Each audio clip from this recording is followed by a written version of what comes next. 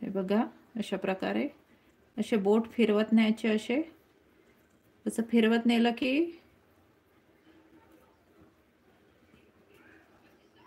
जिथे जास्त असेल कॉटन असा काढून घ्यायचा. बघा नंतर इथे टाईट करून आपल्याला जेवढी लांबी हवी तिथे टाईट करून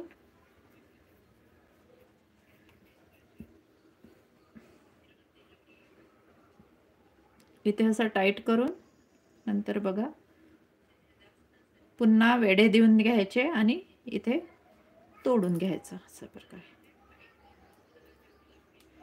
हे झालं की याला आपोआपच असे आपण कारण फिरवलेलं असतं ना बोटाने त्यामुळे याला असे वेढे येतात. तर अशा प्रकारे आपली वात तयार झाली. बघा किती व्यवस्थित अशी वाती आपण घरच्या घरी करू शकतो. प्रॅक्टिस जर असली तर पटापट करू शकतो आपण हे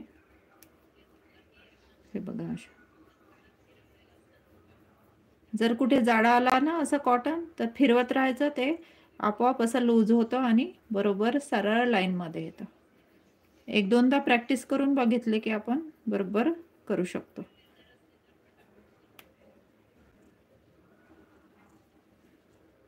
कधी कधी एकदम पातळ झालं तर बघा तुटून पण जाते.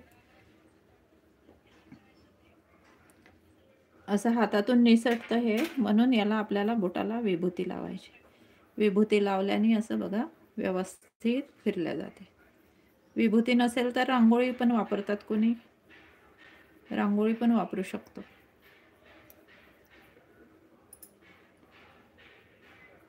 तर हे बघा अशा प्रकारे आता आपल्याला जर लांब पाहिजे असेल तर हा धागा लांब करायचा. मी तुम्हाला एक मोठी करून दाखवते नंदादीपसाठी.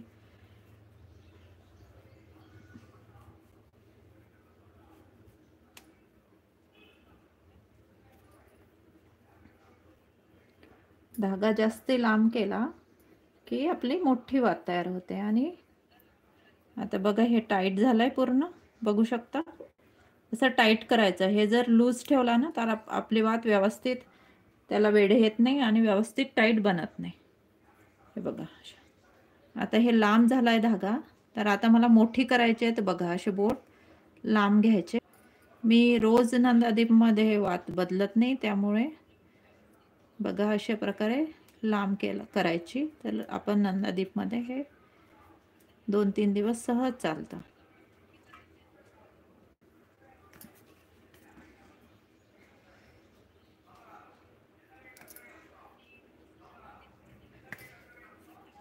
हे बघा अशा प्रकारे आपली मस्तपैकी अशी मोठी वात तयार झाली, बघू शकता.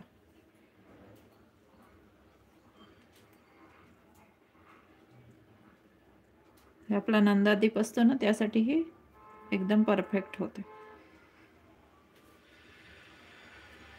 आणि हे आपल्या दिव्यासाठी होतात. ही तुपाची वात होते, तुम्ही ही वापरू शकता किंवा ही. आणि ही आपली फुलवात.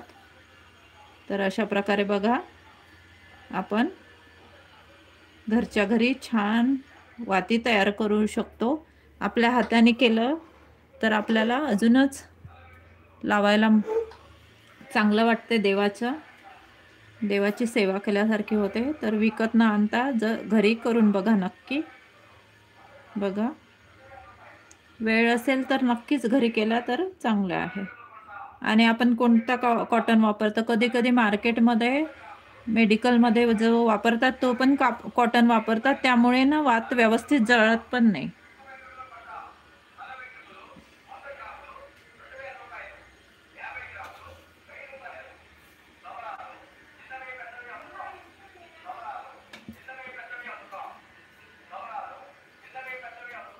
तर इथे बघू शकता आपल्या अशा वाती तयार झाल्या.